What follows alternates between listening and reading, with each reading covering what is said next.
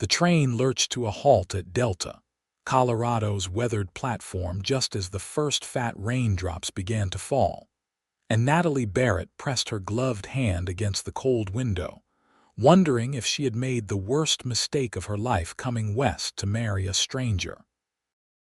The spring of 1882 had brought her across half a continent with nothing but a worn carpetbag, 3 letters from a rancher named Thomas Webb, and a heart full of desperate hope that anything would be better than the suffocating poverty she had left behind in Philadelphia.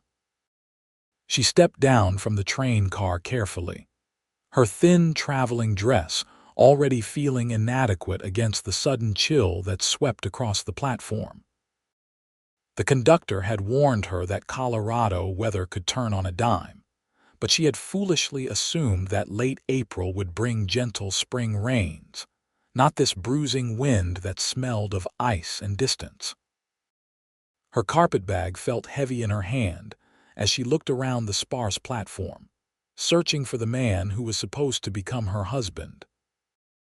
Thomas Webb had described himself as a successful rancher with land and livestock, a man of means who simply needed a capable wife to help build a life in this rugged country. His letters had been formal but kind, promising a comfortable home and respectful partnership. Natalie had written back with equal formality, never quite revealing the desperation that had driven her to answer an advertisement for a mail-order bride. Her father had died 2 years ago, her mother the year before that, and the factory work that had sustained her since then had dried up as more immigrants flooded into the city, willing to work for even less than the pittance she earned. The rain began to fall harder, drumming against the platform's overhang with increasing urgency. Natalie pulled her thin shawl tighter around her shoulders and scanned the few people gathered at the station. An elderly couple climbed into a wagon. A merchant loaded crates onto a cart. But no one approached her. No one looked like they were expecting a bride. She waited 15 minutes, then 30, watching the sky darken from gray to an ominous charcoal. The temperature dropped further and the rain turned sleety, stinging her cheeks whenever the wind shifted direction. The station master, a grizzled man with tobacco-stained teeth, locked up his office and tipped his hat to her. "Storm's coming in fierce," he said. "Best find shelter, miss. This one looks like it might get ugly." "I'm waiting for someone," Natalie said, trying to keep her voice steady. "Thomas Webb. Do you know him?" The station master's expression shifted to something between pity and discomfort. "Webb. Haven't seen him in town for near about 3 weeks. Heard he rode out to Wyoming chasing some cattle deal." He paused, clearly reluctant to continue. "Also heard he's been courting the widow Patterson over in Montrose." The words hit Natalie like a physical blow.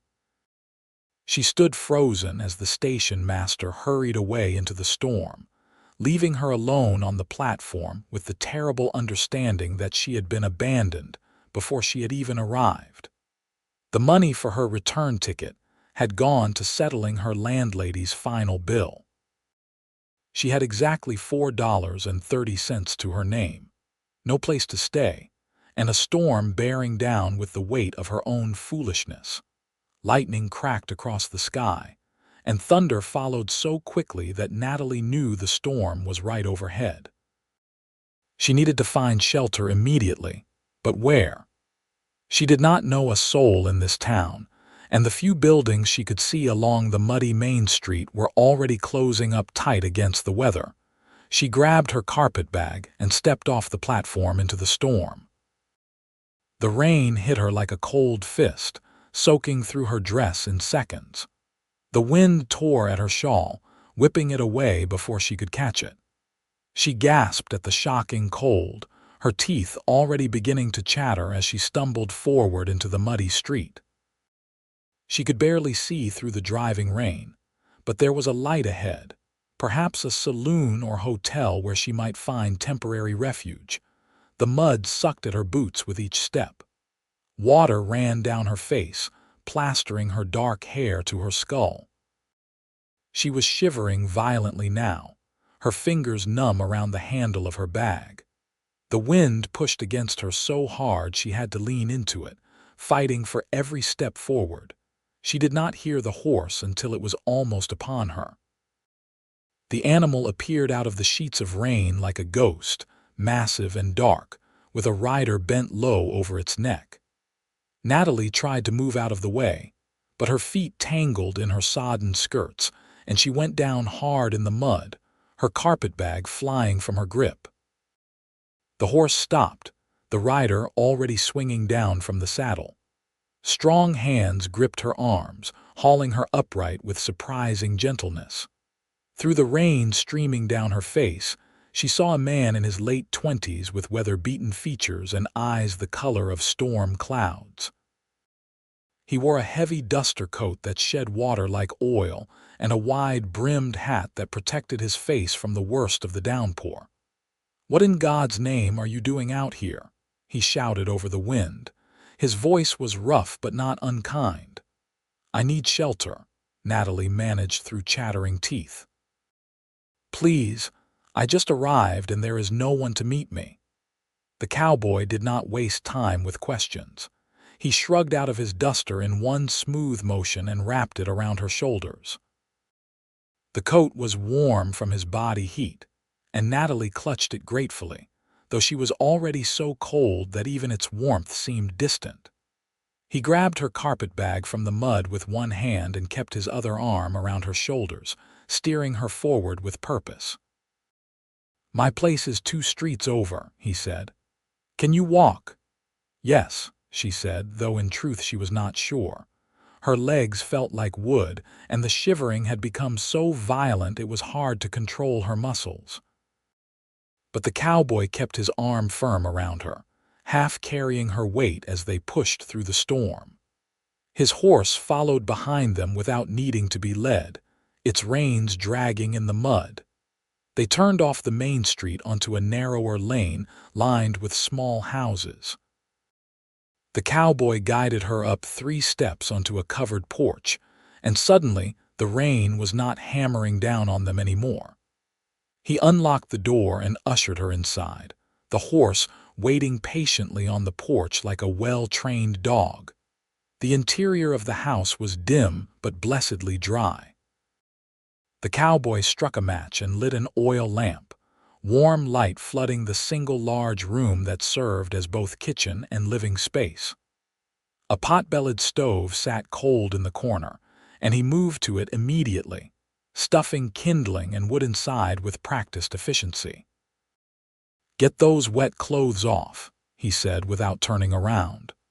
"There's a blanket on the bed through that door, and my spare shirt is hanging on the peg.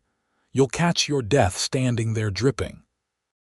Natalie wanted to protest, to maintain some shred of propriety, but she was shaking so hard her jaw ached and her fingers were blue at the tips. She stumbled through the doorway into the small bedroom, found the blanket and shirt by feel in the darkness, and managed to peel off her sodden dress with fingers that barely worked. The fabric clung to her skin like ice. Her underthings were soaked through as well, and she stripped them off without hesitation, too cold to care about modesty when her life might actually be at risk. The blanket was rough wool but dry and warm. She wrapped it around herself and pulled on the cowboy's shirt over it, her fingers fumbling with the buttons. The shirt hung to her knees and smelled of leather and sage, and something else she could not identify, something masculine and oddly comforting. When she emerged from the bedroom, the cowboy had the stove going and was hanging her dripping carpetbag on a hook near it. He had removed his own wet hat and vest, revealing a faded work shirt that clung to broad shoulders and a lean, muscular frame. His hair was dark brown, almost black when wet, and curled slightly at the nape of his neck. He looked up when she entered and nodded approvingly. "Better. Come sit by the stove before you freeze solid." He pulled a wooden chair close to the stove, and Natalie sank into it gratefully. The heat was just beginning to radiate from the iron belly, and she held her numb hands toward it. The cowboy disappeared back outside for a moment, and she heard him moving on the porch, presumably taking care of his horse. When he returned, he was carrying a saddle blanket and more firewood.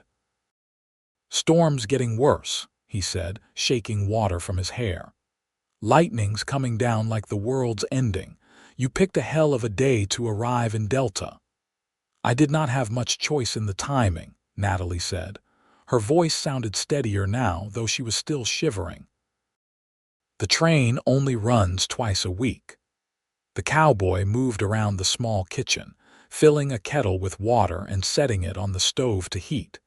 He found a tin of coffee and measured it out with the ease of someone who had lived alone for a long time. Only when the coffee was brewing did he finally pull up another chair and sit down across from her. "Name's Austin Parker," he said. "I run a small ranch about 5 miles outside town, but I keep this place for when I need to stay in Delta overnight. Mostly use it in winter when the roads get bad." "Natalie Barrett," she said. "I came from Philadelphia to marry Thomas Webb, but apparently he is not here and has no intention of marrying me." Austin's expression darkened. "Webb's a bastard and a liar, pardon my language.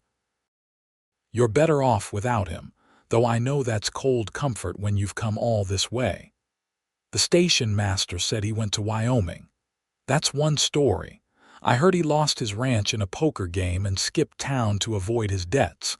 Either way, he's gone and good riddance." Austin stood and poured coffee into 2 tin cups, handing one to Natalie. "Drink this. It'll help warm you up." The coffee was strong and bitter, but the heat of it spread through Natalie's chest like a blessing. She wrapped both hands around the cup and sipped slowly, feeling the violent shaking begin to subside.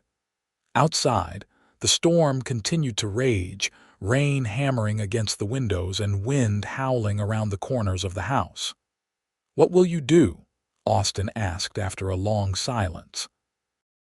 "Do you have family back east?" "No one," Natalie said quietly. "My parents are both dead. I have no siblings. I used what little money I had to come here because Thomas Webb promised me a home and a future.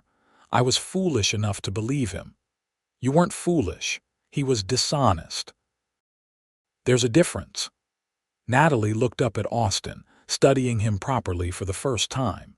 He had a strong face, all angles and weathered planes, with deep lines around his eyes that suggested he spent most of his time squinting into the sun. His hands were calloused and scarred, the hands of a man who worked hard for everything he had. But his eyes were kind, and there was something steady about him that made her instinctively trust him. "Why did you help me?" she asked. "You don't know me. I could be anyone." Austin shrugged. "I couldn't leave you standing in that storm. You'd have died out there, and I'm not the kind of man who can live with that on his conscience." He paused, looking down at his coffee. "Besides, I know what it's like to need help and not have anywhere to turn. Someone helped me once when I needed it. Figured I should pass that along when I get the chance." They sat in companionable silence as the storm raged outside. Natalie's shivering finally stopped completely, the warmth of the stove and the coffee seeping into her bones. Her dress hung by the fire, dripping slowly into a bucket Austin had placed beneath it. She knew she should feel embarrassed sitting in a strange man's house wearing nothing but a blanket and his shirt, but somehow she felt safe. Austin had shown her nothing but kindness and respect, asking for nothing in return. "You can stay here tonight," Austin said eventually. "I'll sleep on the floor. Tomorrow, when the storm clears, we'll figure out what to do next. There might be work in town, and Mrs. Henderson runs a boarding house that's respectable and cheap."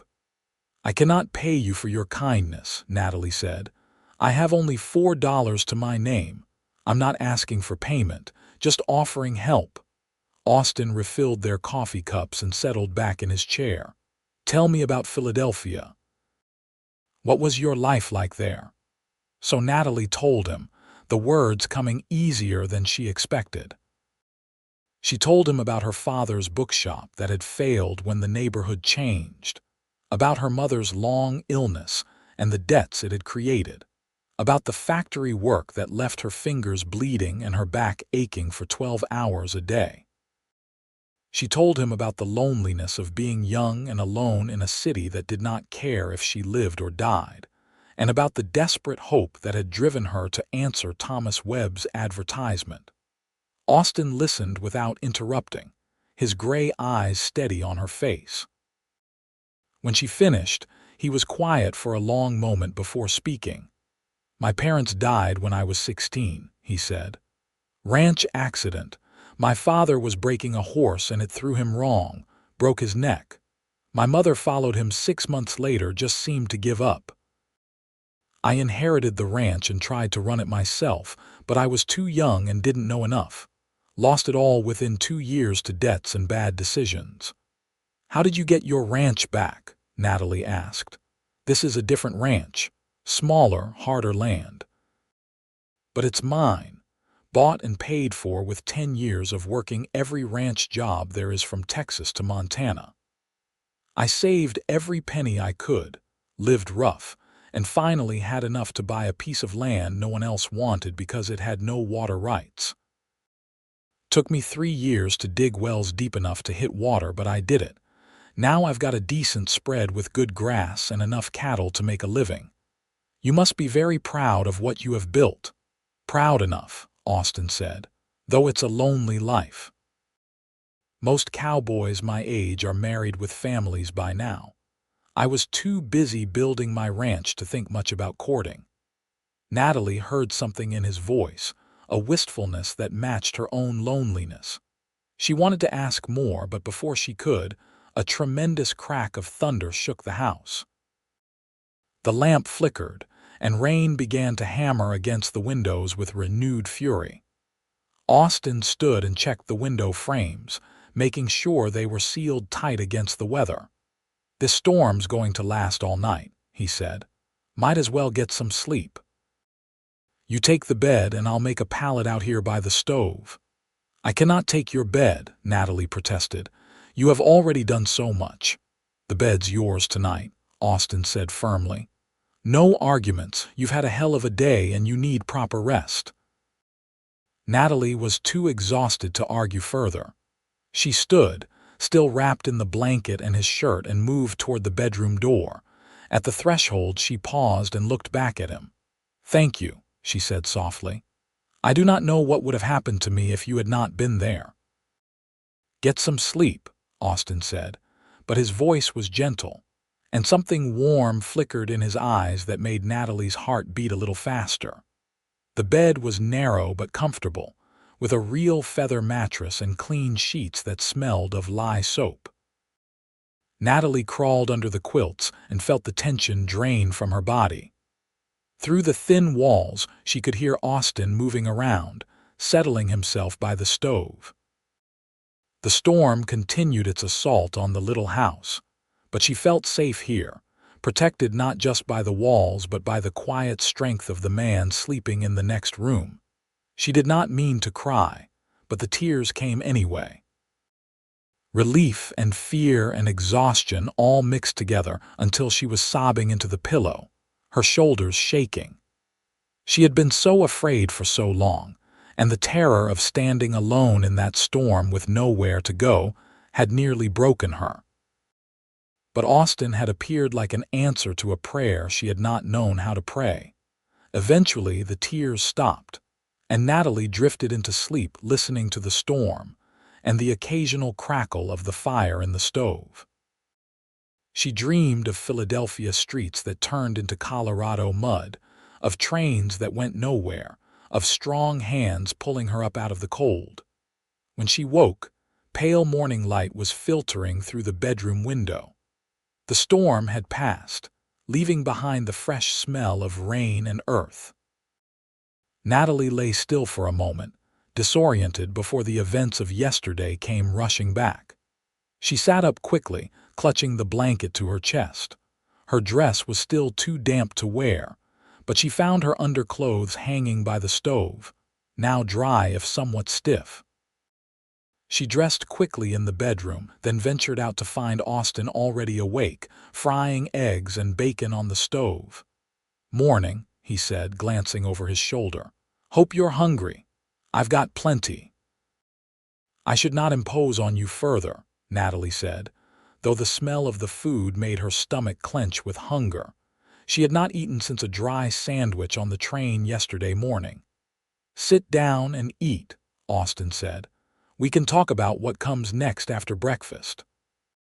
The food was simple but delicious, and Natalie ate with better appetite than she had known she possessed. Austin ate quickly and efficiently, like a man used to fueling himself for hard work rather than enjoying leisure meals. When they were finished, he poured more coffee and leaned back in his chair. "I've been thinking," he said. "Mrs. Henderson's boarding house is full up right now. I know because my foreman's sister tried to get a room there last week. But Sarah Wilkins, who runs the general store, has been looking for help since her daughter got married and moved to Denver. She might have worked for you, and she's got a room above the store that's empty." "That's very kind of you to think of me," Natalie said. "I will go speak with her this morning." "I'll walk you over there," Austin said. "Make sure she treats you fair." Something in Natalie resisted this offer. She had spent the last years of her life being independent, and part of her bridled at the idea of needing a man to speak for her. But another part, the part that was still frightened and vulnerable after yesterday's disaster, was grateful for his continued help. They walked together through the muddy streets of Delta. The town looked different in daylight, smaller and more weathered than she had imagined from Thomas Webb's descriptions. The buildings were mostly wood frame construction, some with false fronts to make them look grander than they were.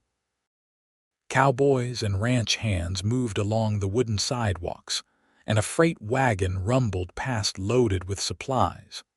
The general store was a long building with large windows displaying everything from flour sacks to farming implements.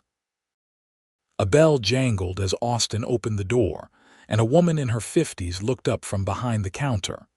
She had iron-gray hair pulled back in a severe bun and sharp blue eyes that took in Natalie's appearance in one swift glance. "Austin Parker," she said.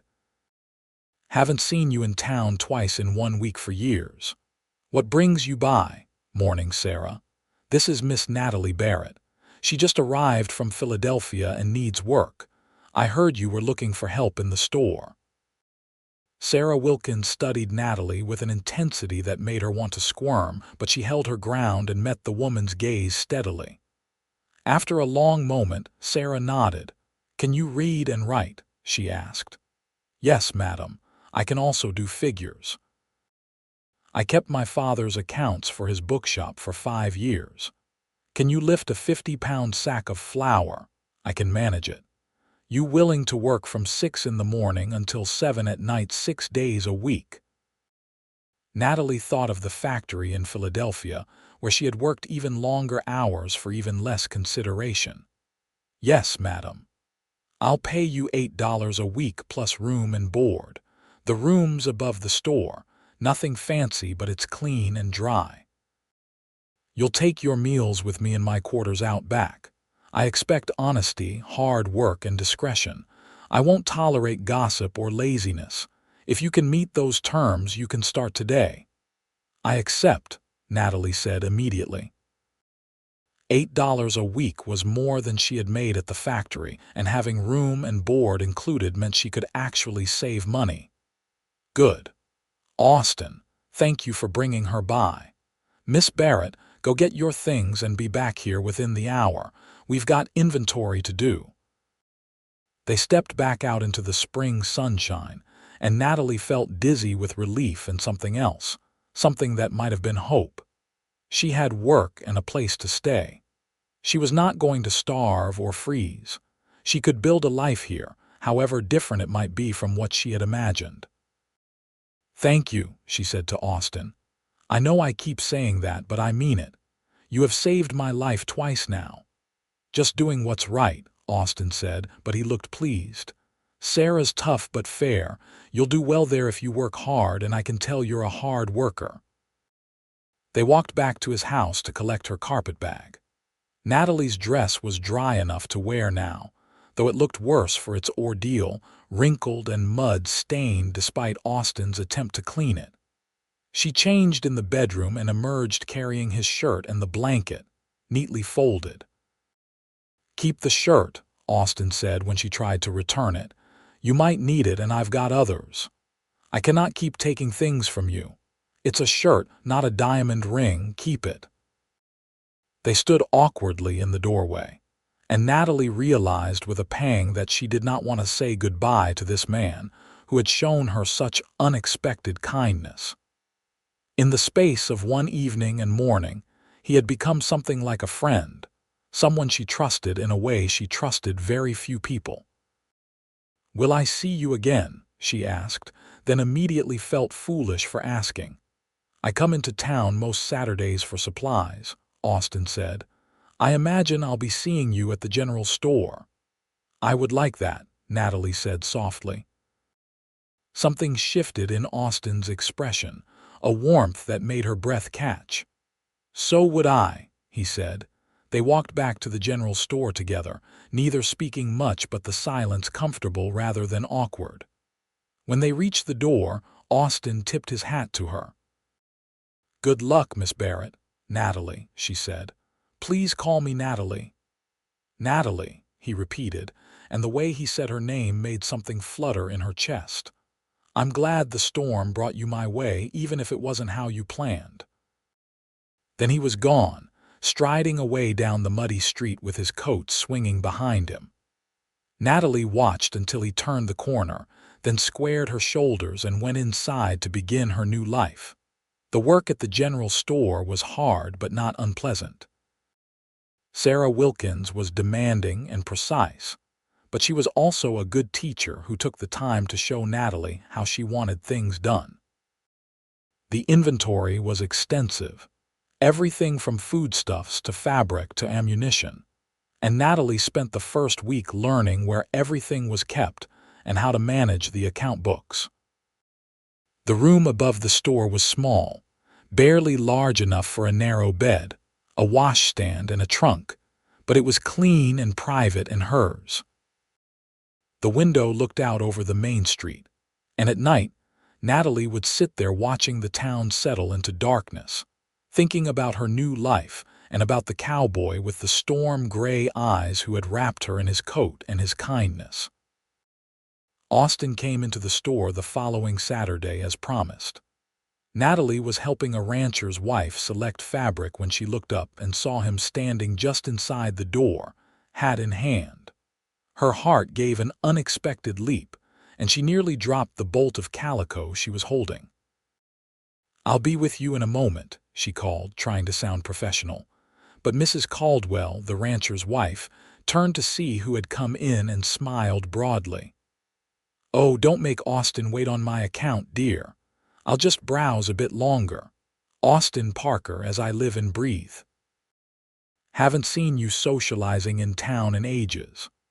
"Just need some supplies, Mrs. Caldwell," Austin said, but his eyes were on Natalie. She finished with Mrs. Caldwell quickly and moved to the counter where Austin stood. Up close, she could see that he had shaved recently and his hair was neatly combed. He looked younger without several days of stubble and somehow even more handsome. "Good morning," she said.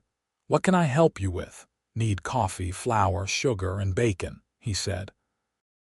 "And I wanted to see how you were settling in." "Very well, thank you. Mrs. Wilkins is a good employer." Natalie began gathering his supplies, weighing out the coffee beans and sugar with careful precision. "The work keeps me busy, which is good. I have less time to think about everything that happened. Have you heard anything more about Webb?" "Only gossip. Apparently he owed money all over town. Several people have told me I had a lucky escape." "They're right about that."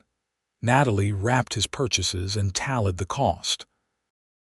Austin paid in silver coins and then lingered at the counter, clearly wanting to say something but not sure how to begin. Finally, he cleared his throat.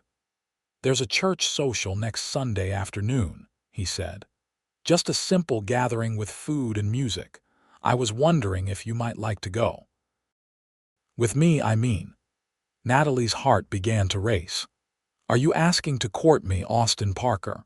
"I suppose I am," he said, a slight flush rising in his tan cheeks. "If you're amenable to being courted, I know it's soon and I know you've just been through something difficult. But I haven't been able to stop thinking about you since that night in the storm." Natalie realized she was smiling, a real smile that came from somewhere deep inside her. "I have been thinking about you too," she admitted. "And yes, I would very much like to go to the church social with you." The look of pure relief and happiness on Austin's face made her smile wider. They stood there grinning at each other like fools until Sarah Wilkins cleared her throat loudly from the back of the store. "Miss Barrett, those dry goods won't stock themselves." "Yes, madam," Natalie called, but she kept her eyes on Austin for another moment. "Sunday, then." "I'll pick you up at 2, Austin said, gathering his supplies. He was still smiling as he left the store, and Natalie felt lighter than she had in years. The week until Sunday seemed to crawl by. Natalie threw herself into her work, learning everything she could about running the store. She discovered that she enjoyed the variety of the work and the steady stream of customers who came through. Delta was a small town, and everyone seemed to know everyone else's business, but the people were mostly kind once they got used to her presence. She heard more gossip about Thomas Webb, none of it good. He had apparently been running various schemes in town for months, borrowing money and making promises he never intended to keep. The general consensus was that Natalie had indeed had a lucky escape, though several of the older women clicked their tongues sympathetically about how difficult it must be for her, being stranded so far from home. "At least Austin Parker's taking an interest in you, Mrs. Caldwell said when she came in mid-week for thread. "Now there's a good man. Hardworking, honest, and he's built that ranch up from nothing. Any woman would be lucky to catch his eye." Natalie felt herself blushing but did not deny the interest. Word had spread quickly about Austin escorting her to the church social, and she had fielded several knowing looks and pointed questions. Saturday evening, Sarah Wilkins invited Natalie to take supper with her in her private quarters, something she had not done before. The older woman's rooms were comfortable and cluttered with photographs and mementos. Over a simple meal of chicken and potatoes, Sarah studied Natalie with those sharp blue eyes. "You're doing good work here," she said. "Better than I expected, honestly. You're smart and you learn fast. I could see keeping you on long term if you wanted to stay." "Thank you," Natalie said. "I am grateful for the opportunity. That said, I'd be a fool not to notice that Austin Parker is courting you. Austin's a good man, one of the best I know. If things work out between you two, you'll be leaving my employment to run his ranch." "It's far too early to think about such things," Natalie protested. "We barely know each other." "Maybe so, but I know Austin. He's not the kind of man who acts impulsively. If he's courting you, he's serious about it, and you do well to be serious too. Love can grow from a lot less than what you two already have." Natalie thought about this as she lay in bed that night. Was it possible to fall in love so quickly? She barely knew Austin, and yet she felt drawn to him in a way she had never experienced before. There was something about his quiet strength and genuine kindness that made her feel safe. And when he looked at her with those storm-gray eyes, she felt something flutter inside her chest that might be the beginning of love. Sunday dawned bright and clear. Natalie wore her best dress, a pale blue cotton that she had painstakingly mended and pressed. She had washed her hair the night before and spent the morning pinning it up in a style that was more elaborate than her usual simple bun. When she looked at herself in the small mirror above her washstand, she saw a young woman with bright eyes and flushed cheeks who looked happy and nervous and hopeful all at once. Austin arrived precisely at 2, driving a small wagon that had been scrubbed clean. He wore dark trousers, a white shirt, and a vest, and he looked so handsome that Natalie's breath caught. He helped her up onto the wagon seat with careful courtesy, and they headed out of town toward the church. The church was a simple white building with a tall steeple, set on a small rise overlooking the valley. Behind it, tables had been set up under the cottonwood trees, already laden with food that the townspeople had brought. Children ran around playing tag while adults gathered in small groups talking and laughing. Austin helped Natalie down from the wagon, his hands lingering at her waist a moment longer than strictly necessary. She looked up at him and saw her own nervousness reflected in his face. Whatever was happening between them felt important, weighted with possibility. "I should warn you," Austin said quietly as they walked toward the gathering. "Everyone's going to be watching us. Small town, not much happens, and a new romance is big news." "Let them watch," Natalie said with more confidence than she felt. "I am not ashamed to be here with you." Austin's smile was warm and genuine. "Good, neither am I." They were immediately absorbed into the social gathering. Austin introduced Natalie to what seemed like dozens of people: ranchers and their wives, cowboys and shop owners, families with children and elderly grandparents. Everyone was friendly and curious, asking Natalie about Philadelphia and how she was settling into Delta.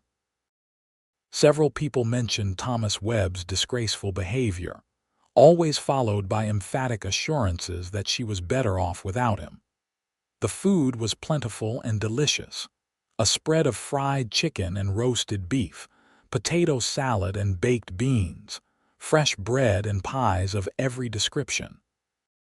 Natalie filled a plate and sat with Austin under one of the cottonwood trees, watching the children play and listening to him tell stories about the ranch and the challenges of working difficult land. "The biggest problem is always water," he explained. "I've got 2 good wells now, but in a dry year it's touch and go whether the grass will hold out. I've got about 200 head of cattle, and they can eat through the available grass pretty quick if we don't get rain. What do you do if there's a drought?" "Drive them to higher pasture in the mountains, which is expensive and dangerous, or sell them off early, which means taking a loss. Ranching's always a gamble, but it's the life I know and love." As the afternoon wore on, someone brought out a fiddle and a guitar, and impromptu music started up. Several couples began dancing on a patch of flat ground that served as an impromptu dance floor. Austin stood and offered his hand to Natalie. "Would you like to dance? I should warn you, I am not a very good dancer," Natalie said, but she took his hand anyway. "That makes 2 of us," Austin said with a grin. They joined the other couples, and Austin took her in his arms with a care that made her heart race. He was right that he was not a practiced dancer, but he was steady and sure, and Natalie found it easy to follow his lead. They moved together across the grass, the fiddle singing out a cheerful reel, and Natalie felt something shift inside her chest. She was happy, genuinely happy, for the first time in longer than she could remember. "I'm glad you came to Delta," Austin said quietly, his mouth close to her ear so she could hear him over the music. "Even if the circumstances were bad, I can't help feeling glad that storm brought you to me." "I am glad too," Natalie said, and meant it with her whole heart. "I thought my life was over when Thomas Webb abandoned me, but maybe it was just beginning." Austin's arms tightened around her waist, and they danced until the sun began to set behind the mountains, painting the sky in shades of gold and pink and purple. When the music finally stopped and people began packing up to head home, Natalie felt like she was floating. The drive back to town was quiet, both of them content to sit close together on the wagon seat and watch the stars come out one by one. When they reached the general store, Austin helped Natalie down and walked her to the side entrance that led to her room. "Thank you for today," Natalie said. "I had a wonderful time." "So did I." Austin hesitated, then reached out and took her hand. "Natalie, I know this is fast. We've only known each other 2 weeks. But I need you to know that I'm serious about courting you. I'm not playing games or passing time. I'm looking for a wife, a partner to build a life with. And I think you might be that person." Natalie's heart was pounding so hard she was sure he could hear it. "I think I might be too," she said softly. "But Austin, I need to know you're sure. You saved me from that storm and I will always be grateful for that. But I do not want you to feel obligated to me. I do not want gratitude or pity. If we do this, it has to be real." "It is real," Austin said, and the intensity in his voice left no room for doubt. "I felt something the moment I pulled you out of that mud. I told myself it was just concern for someone in trouble, but I knew even then it was more than that. When you walked out of my bedroom wearing my shirt with your hair all wet, you were the most beautiful thing I had ever seen. And the more I talk to you, the more I know you, the more certain I am." Natalie stepped closer to him, her free hand coming up to rest on his chest. She could feel his heart beating as fast as her own. "I felt it too," she whispered. "I was so scared and lost, and then you were there, and suddenly everything felt like it might be all right. I have been thinking about you every day, wondering if you were thinking about me too." "Every hour," Austin said. "Every damn hour." He leaned down slowly, giving her time to pull away if she wanted, but Natalie did not want to pull away. She tilted her face up to meet him, and when his lips touched hers, it felt like coming home. The kiss was gentle and sweet, tentative and exploratory, but underneath it ran a current of something deeper and more intense. When they finally pulled apart, both of them were breathing hard. Austin rested his forehead against hers, his hands cupping her face with infinite tenderness. "I should go," he said, though he made no move to leave. "I should let you get some rest and not rush you." "I do not feel rushed," Natalie said. "I feel like everything is finally happening the way it was supposed to happen all along." They kissed again, longer this time, and when they finally separated, Natalie felt dizzy and warm and more alive than she had ever felt. Austin stepped back reluctantly, his hands sliding away from her face. "I'll be back next Saturday," he said.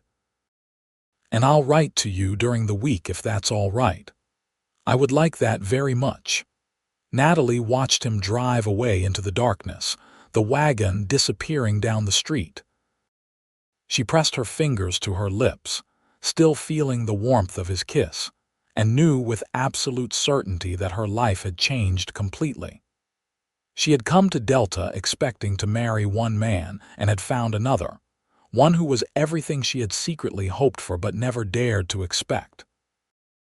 The next weeks passed in a blur of work and stolen moments. Austin kept his word and wrote to her, letters that arrived like clockwork every Tuesday and Thursday. They were not flowery or poetic, but they were honest and heartfelt, full of details about his daily life on the ranch and questions about her work at the store. Natalie wrote back just as faithfully, and with each exchange of letters, she felt like she was learning more about who Austin really was. He came to town every Saturday, and they spent their precious free time together. Sometimes they walked along the river that ran through Delta, talking about everything and nothing. Sometimes they attended church socials or town dances. Sometimes they simply sat on the porch of the general store after it closed, watching the sun set and sharing their dreams for the future. Austin told her about his plans for the ranch, how he wanted to improve his herd with better breeding stock, how he dreamed of building a bigger house with a real kitchen and multiple bedrooms. Natalie told him about her love of books and learning, how she had always dreamed of having a library of her own, how she missed the intellectual stimulation of her father's bookshop. "I'll build you a library," Austin said one evening, his arm around her shoulders as they sat on the porch swing. "A whole room just for books. You can fill it with whatever you want." "You do not have to promise me things," Natalie said, though her heart swelled at the thought. "I'm not promising because I think you need it. I'm promising because I want to give you everything that will make you happy." As spring turned into early summer, Natalie realized she was completely and irrevocably in love with Austin Parker. It was different from what she had imagined love would be. There was passion, yes, especially when they kissed in the shadows of the store entrance or held each other close during a dance. But there was also deep friendship, mutual respect, and a sense of partnership that felt more valuable than mere romance. Austin seemed to feel the same way. His kisses grew more heated, his embraces more urgent, but he never pushed for more than Natalie was willing to give. He treated her with a respect that was rare in her experience, valuing her opinions and listening to her thoughts as if they mattered as much as his own. In early June, 3 months after Natalie had arrived in Delta, Austin took her on a picnic in the foothills outside of town. They rode in his wagon up a narrow road that wound through pine forests and emerged onto a meadow filled with wildflowers. The view was spectacular, looking out over the valley with the town of Delta visible in the distance and the mountains rising up beyond. Austin spread a blanket under a pine tree and unpacked the basket of food he had brought. They ate and talked and laughed, and when the food was gone, Austin took Natalie's hand and looked at her with an intensity that made her breath catch. "Natalie Barrett," he said, his voice steady and sure. "I love you. I have loved you since that first night when you stood in my kitchen dripping wet and shivering, but still proud and strong. I love your courage and your kindness and your sharp mind. I love the way you laugh and the way you look at the world like you are constantly discovering new wonders in it. I want to spend the rest of my life with you." He reached into his pocket and pulled out a ring, simple gold with a small diamond that caught the sunlight. "Will you marry me?" Natalie felt tears spring to her eyes, but they were tears of joy. "Yes," she said, her voice breaking on the word. "Yes, Austin, I will marry you. I love you too, so much more than I ever thought I could love anyone." Austin slipped the ring onto her finger and it fit perfectly. Then he was kissing her, deep and hungry, and Natalie kissed him back with all the pent-up emotion of the past months. They lay back on the blanket, wrapped in each other's arms, and Natalie felt like her heart might burst from happiness. "I do not have much to bring to this marriage," she said eventually, her head resting on his chest. "No dowry, no family connections, just myself and a carpetbag of belongings." "You're all I want," Austin said firmly. "You're all I will ever need. We will build our life together from what we both bring to it. Your strength and intelligence are worth more than any dowry." "When do you want to get married?" "As soon as possible," Austin said with a grin. "But I know women like to plan these things. What would make you happy?" Natalie thought about it. She had no family to invite, no need for elaborate preparations. "Something simple," she said. "Just the two of us and the Reverend and maybe a few friends as witnesses." "I do not need a big celebration, I just need you." "A month from now," Austin suggested. "That gives you time to prepare and for me to make the house ready for you. I want to at least add a few touches, make it feel more like a home for both of us." "A month," Natalie agreed. "But Austin, I do not need you to change anything. I am not marrying your house, I am marrying you. I know, but I still want to make it nice for you." They stayed in the meadow until the sun began to set, talking about their future and making plans. Austin told her more about the ranch, and Natalie shared her dreams of maybe starting a small lending library in Delta, something to bring books to people who could not afford to buy them. Austin encouraged her, saying he would help however he could. When they finally returned to town, Natalie's face was flushed and her eyes were bright, and Sarah Wilkins took one look at her and smiled knowingly. "He proposed, did he?" "Yes," Natalie said, unable to keep the joy from her voice. "We are getting married in a month." "I figured as much." "That man's been moon-eyed over you since day one." Sarah paused, then added more gently, "I'm happy for you, Natalie. You deserve good things, and Austin Parker is one of the best men I know. You will have a good life with him." "Thank you," Natalie said, and impulsively hugged the older woman. "Thank you for giving me a chance when I needed it most." Sarah patted her back awkwardly. "Well, you earned your keep and then some. I'll be sorry to lose you, but I am glad to see you happy." The next month was a whirlwind of preparation. Natalie worked extra hours at the store to save as much money as she could, and she spent her free time sewing new clothes for her trousseau. Several of the women in town, including Mrs. Caldwell and Mrs. Henderson, came together to help her, bringing fabric and lending sewing machines and offering advice. "Every bride needs at least one nice dress," Mrs. Caldwell said firmly, and she helped Natalie make a simple but elegant dress of cream-colored linen with delicate lace at the collar and cuffs. It was not a traditional white wedding gown, but it was beautiful and practical, something Natalie could wear again for church or special occasions. Austin came to town every weekend, and each time he brought something new. One week, it was curtains he had commissioned from a seamstress in Montrose, saying he wanted to make the house cheerful for her. Another week it was a set of dishes he had ordered from a catalog, real china with blue flowers painted on the rim. The week before the wedding, he brought a photograph in a silver frame. "My parents," he said, handing it to Natalie. They were standing stiff and formal in front of the ranch house, a young couple with serious faces and hopeful eyes. "I thought you should know what they looked like. I wish they could have met you. My mother would have loved you." Natalie studied the photograph, seeing echoes of Austin in his father's jaw and his mother's eyes. "I wish I could have known them," she said softly. "But I will take care of their son, and I will honor their memory in how I live my life." The wedding took place on a sunny Saturday in early July at the small church on the hill. The Reverend performed a simple ceremony with only a handful of witnesses, Sarah Wilkins and Mrs. Caldwell and a few of Austin's ranch hands who had ridden in for the occasion. Natalie wore her cream dress and carried wildflowers that Austin had picked for her that morning. Austin wore his best suit and looked at her like she was the most precious thing in the world.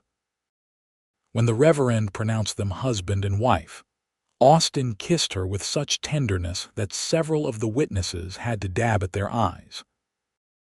They signed the marriage certificate with hands that shook slightly, and then they were married, bound together legally and spiritually for the rest of their lives. There was a small celebration afterward at the church, with cake and lemonade and music. But Austin and Natalie only stayed for an hour before they excused themselves and climbed into the wagon for the drive out to the ranch. Natalie's few possessions had already been moved the day before, so there was nothing left to do but begin their new life together. The ranch house sat in a small valley surrounded by rolling grassland. It was a simple structure, wood frame with a covered porch across the front, but Austin had clearly worked hard to make it welcoming. The windows gleamed clean, the new curtains fluttered in the breeze, and flower boxes filled with petunias brightened the facade. Austin carried Natalie across the threshold, both of them laughing at the tradition. Inside, the house was small but tidy, One large main room that served as kitchen and parlor, a bedroom, and a small storage room. The furniture was simple and handmade, but everything was clean and well maintained. The new dishes were displayed on a shelf, and Natalie's few books had been arranged on a small table by the window. "I know it's not much," Austin said, suddenly seeming nervous, "but it's ours, and we will make it into a real home together." "It's perfect," Natalie said honestly. "Austin, I do not need fancy things. I just need you." They came together in the middle of the room, kissing with an urgency that had been building for months. Austin picked Natalie up and carried her to the bedroom, laying her gently on the quilt-covered bed. They made love as the sun set, tender and passionate by turns, learning each other's bodies with patient exploration. Afterward, they lay tangled together, Natalie's head on Austin's chest and his arms wrapped around her. "I love you," Austin whispered into her hair. "I will love you until the day I die and beyond." "I love you too," Natalie said. "You saved me in every way a person can be saved. You gave me a home and a future and a love I never dreamed I would find." They fell asleep wrapped in each other, and Natalie dreamed of a future full of promise and possibility. The first months of marriage were a time of adjustment and discovery. Natalie had to learn the rhythms of ranch life, so different from the structured days at the general store. She woke before dawn to make breakfast for Austin and his two ranch hands, then spent her days cooking and cleaning and tending the vegetable garden Austin helped her plant behind the house. The work was hard, but Natalie did not mind. She had never been afraid of hard work, and there was a satisfaction in caring for her own home that she had never felt working for someone else. She learned to make bread and churn butter, to preserve vegetables and smoke meat. Austin taught her to ride a horse so she could get to town on her own if she needed to, and she quickly became comfortable in the saddle. The ranch hands, two grizzled cowboys named Pete and Hank, had been skeptical of the new bride at first. But Natalie won them over with her cooking and her willingness to learn about ranching. Soon, they were treating her with the same mixture of respect and affection they gave Austin, and the four of them became a kind of family. Austin was everything Natalie could have hoped for in a husband. He was patient and kind, passionate and tender, hardworking and thoughtful. They talked for hours in the evenings after the work was done, sharing their thoughts and dreams. Austin encouraged Natalie to order books from Denver, building up the library he had promised her. She encouraged him to pursue his ideas for improving the ranch, trusting his judgment and supporting his decisions. By fall, Natalie was pregnant. She knew before she was even certain, a sense of something growing and changing inside her that was both thrilling and terrifying. When she told Austin, he picked her up and spun her around, laughing with pure joy. "We are having a baby," he said, his hands on her still flat stomach. "Our baby, I am going to be a father." "Are you happy?" Natalie asked, though she could see the answer in his face. "Happier than I have ever been," Austin said. "You have given me everything, Natalie. A home, a family, a reason to build for the future instead of just surviving day to day." The pregnancy was not easy. Natalie was sick most mornings and exhausted by afternoon. But Austin was endlessly patient, taking over more of the household chores and insisting she rest. He brought her ginger tea to settle her stomach and rubbed her aching back in the evenings. Pete and Hank pitched in too, bringing her small gifts when they came back from town, a peppermint stick or a ribbon for her hair. Winter came early that year, snow falling in November and not letting up until March. Natalie spent the cold months nesting, sewing baby clothes and blankets, preparing the small storage room to be turned into a nursery. Austin brought in wood from the pile outside and kept the stove burning hot, determined that Natalie and the baby should never be cold. On a snowy evening in early March, Natalie went into labor. Austin rode through the storm to fetch Mrs. Caldwell, who served as the town midwife, and then paced nervously in the main room while Mrs. Caldwell and Natalie worked in the bedroom. The labor was long and difficult, lasting through the night and into the next day. Austin sat outside the bedroom door, listening to Natalie's cries of pain and feeling helpless. Finally, just as the sun was setting on the second day, a baby's wail split the air. Mrs. Caldwell emerged from the bedroom, smiling broadly. "You have a son," she said. "A healthy boy with good lungs, and your wife is tired but doing well." Austin rushed into the bedroom to find Natalie propped up against the pillows, pale and exhausted but smiling. In her arms was a tiny bundle wrapped in one of the blankets she had made. Austin approached slowly, almost afraid to breathe, and looked down at his son for the first time. The baby had a red, wrinkled face and a tuft of dark hair. His eyes were squeezed shut, and his tiny fists waved in the air. He was the most beautiful thing Austin had ever seen, except for the woman holding him. "Our son," Natalie said softly. "What should we name him?" Austin sat carefully on the edge of the bed, one hand reaching out to touch the baby's soft head. "I was thinking about my father," he said.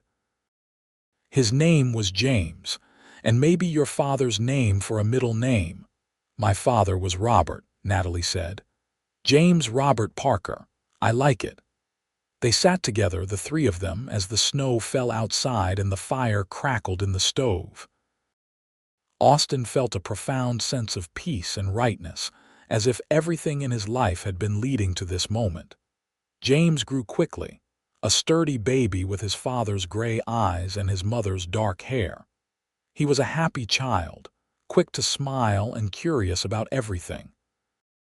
Natalie devoted herself to motherhood with the same determination she brought to everything else, and Austin marveled at how naturally she took to it. The ranch prospered. Austin's hard work and good decisions paid off, and by the time James was 2 years old, the herd had grown to over 300 head. They were able to hire another ranch hand and make improvements to the house, adding a real kitchen and expanding the bedroom so the nursery could become its own separate room. Natalie started her lending library, using part of the new kitchen as a space to store books and register borrowers. People came from miles around to borrow books, and soon Natalie was ordering crates of volumes from Denver and Kansas City. It was not much, but it brought her joy and gave her a sense of purpose beyond just being a wife and mother. When James was 3, Natalie became pregnant again. This time the pregnancy was easier, and when their second child was born on a warm summer evening, it was a daughter with Natalie's delicate features and Austin's stubborn chin. They named her Sarah, after Sarah Wilkins, who had given Natalie her first chance in Delta. Life fell into a comfortable rhythm. The children grew, the ranch prospered, and Austin and Natalie's love deepened with each passing year. They faced challenges, of course. There were years when the rain did not come and they had to drive the cattle to higher pasture. There were harsh winters when they lost stock to the cold. There were times when money was tight and they had to make do with less. But through it all, they had each other. On difficult days, Austin would pull Natalie into his arms and remind her of that night in the storm, how far they had come from that frightened woman, and the cowboy who wrapped her in his coat. On lonely nights, when the wind howled around the house, they would lie in bed and talk about their blessings, their children, their life together. Years passed. James grew into a strong young man who loved ranching as much as his father. Sarah was bright and bookish, spending hours in her mother's library and dreaming of becoming a teacher. 2 more children came, another boy named Thomas and a girl named Alina, and the house expanded to accommodate the growing family. One spring evening, Nearly 20 years after Natalie had first stepped off that train into the storm, she and Austin sat on the porch watching the sunset. Their children were playing in the yard, James teaching Thomas to throw a rope while Sarah read to a leaner under a tree. The ranch stretched out before them, prosperous and peaceful. "You ever regret it?" Austin asked, his arm around Natalie's shoulders. "Coming west, marrying a stranger, building this life?" Natalie looked up at him, at the gray threading through his dark hair and the lines around his eyes that had deepened with time. He was still the handsomest man she had ever seen, and she loved him more now than she had on their wedding day. "Not for a single moment," she said. "That storm brought me to you and you brought me home. Everything I have, everything I am, I owe to that night when you wrapped me in your coat."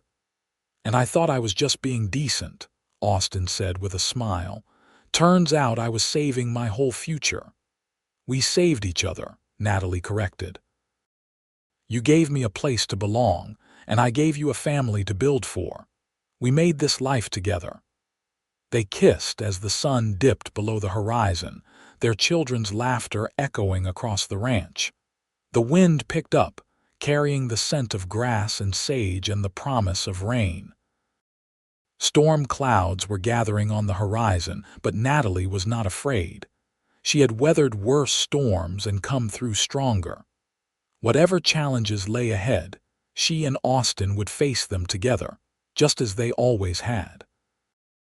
That night, after the children were in bed, Natalie stood at the window of their bedroom looking out at the ranch. Behind her, Austin was getting ready for bed, and she could hear him moving around the room. She thought about the frightened young woman who had stepped off that train so long ago, alone and abandoned and terrified of the future. That woman seemed like a stranger now, someone from another life entirely. "What are you thinking about?" Austin asked, coming to stand behind her. He wrapped his arms around her waist and rested his chin on her shoulder. "I was thinking about how strange life is," Natalie said. "I came here expecting to marry one man and found something so much better. I was looking for survival and found love instead. I thought my life was over, but it was really just beginning. Thomas Webb did you the biggest favor of your life by abandoning you," Austin said. "Though I would punch him if I ever saw him again just on principle." Natalie laughed and turned in his arms to face him. "I am glad you were the one who found me in that storm. I am glad it was your coat that kept me warm and your house that gave me shelter. I am glad for every moment that led me to you." "I love you," Austin said, and even after 20 years of marriage, the words still made her heart skip. "I will love you forever, Natalie Parker." "And I love you," she replied, "until the end of time and beyond." They stood together at the window, watching the storm clouds roll in. Lightning flickered in the distance and thunder rumbled across the valley. But inside the house it was warm and dry, filled with the sounds of their sleeping children and the comfort of their love. The storm could rage all it wanted. They were safe here together, in the life they had built from nothing but hope and hard work and a chance meeting in the rain. The storm broke just before midnight, rain hammering down on the roof with the same fury as that storm so long ago. But Natalie did not even stir in her sleep, secure in Austin's arms and in the knowledge that she was exactly where she was meant to be. The mail-order bride who had stepped into a storm with no coat had found not just a cowboy who wrapped her in warmth, but a love that would last a lifetime. As the years continued to pass, Austin and Natalie grew old together, their love a constant in a changing world. They watched their children grow up and start families of their own.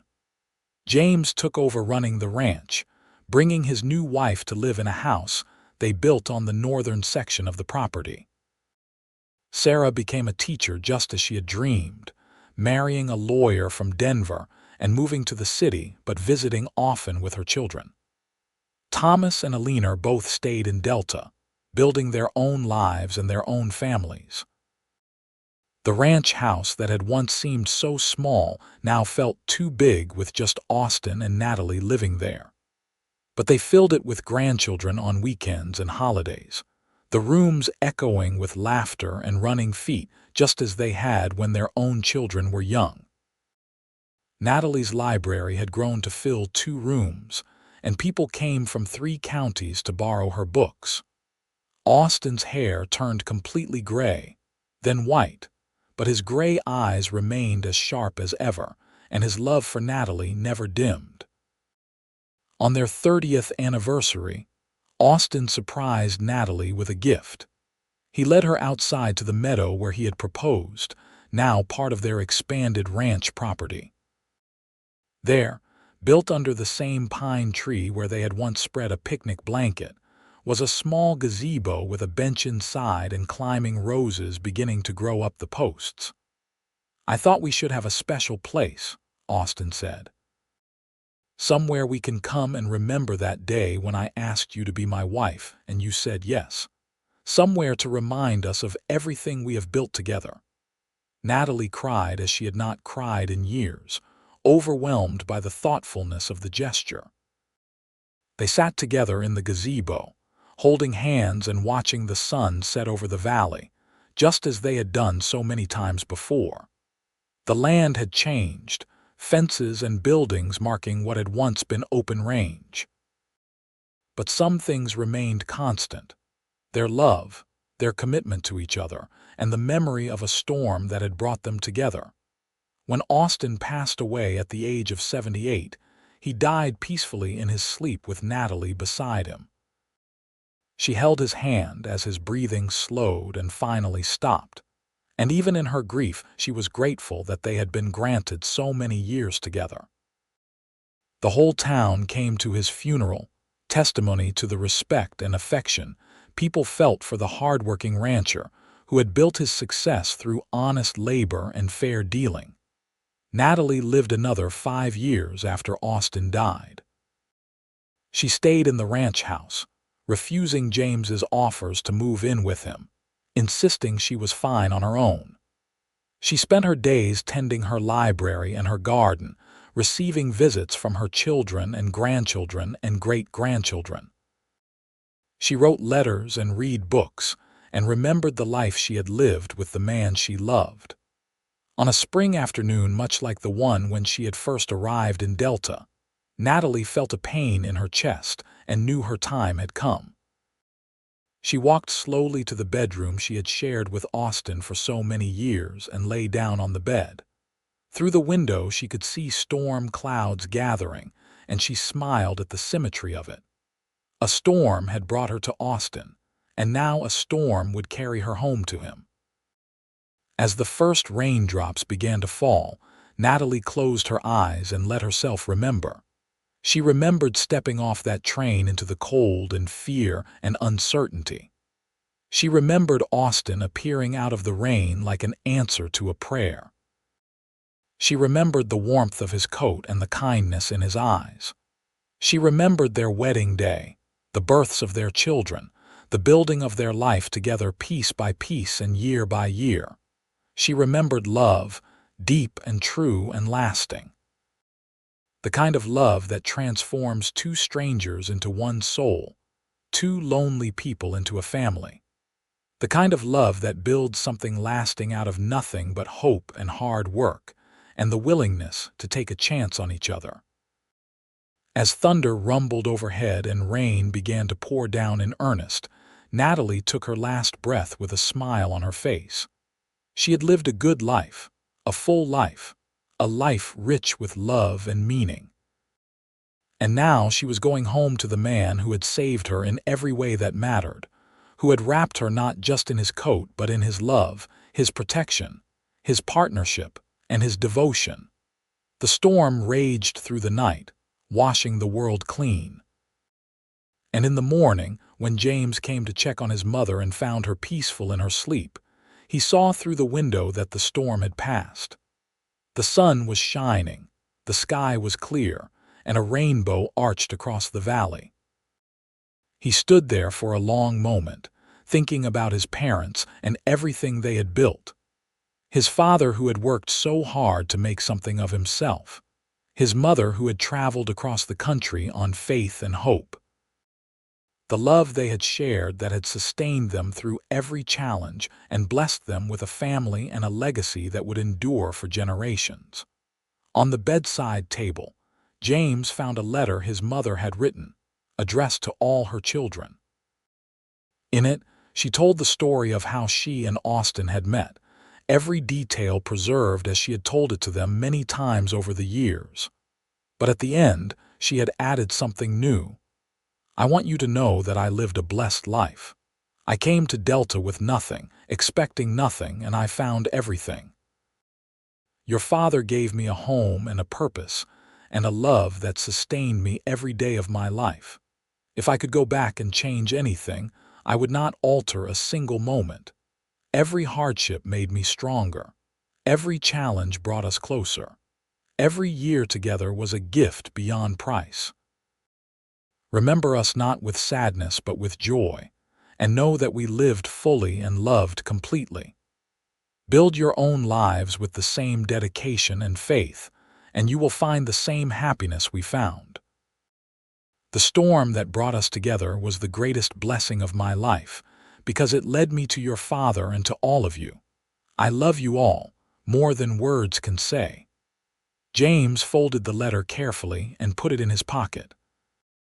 Then he went to make the arrangements for his mother's funeral, knowing that she would be buried beside his father in the small cemetery on the hill above the church. The whole family would gather, 3 generations strong, to say goodbye and to celebrate the life she had lived. But even as they mourned, there would be joy too. Joy in the memories of a woman who had faced every challenge with courage and grace. Joy in the legacy of love she and Austin had built together. And joy in the knowledge that their story would be passed down through the generations.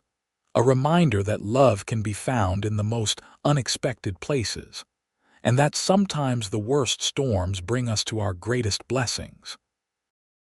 The ranch continued to thrive under James's management, growing and evolving with each generation, but always remaining true to the foundation Austin had built.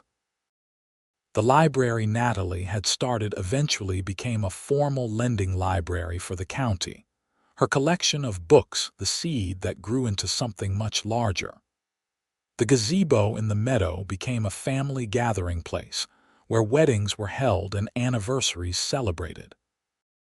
And on stormy spring evenings, when the rain came down hard and the wind howled around the buildings, the Parker family would gather inside and tell the story of how it all began. The story of a mail-order bride who stepped into a storm with no coat, and the cowboy who wrapped her in his and his love, and the life they built together that blessed everyone who came after them. It was a story of hope and chance, of kindness and courage, of love found in unexpected places. But most of all, it was a story of 2 people who took a leap of faith and found in each other everything they had been searching for. And in the end, that is the greatest story of all.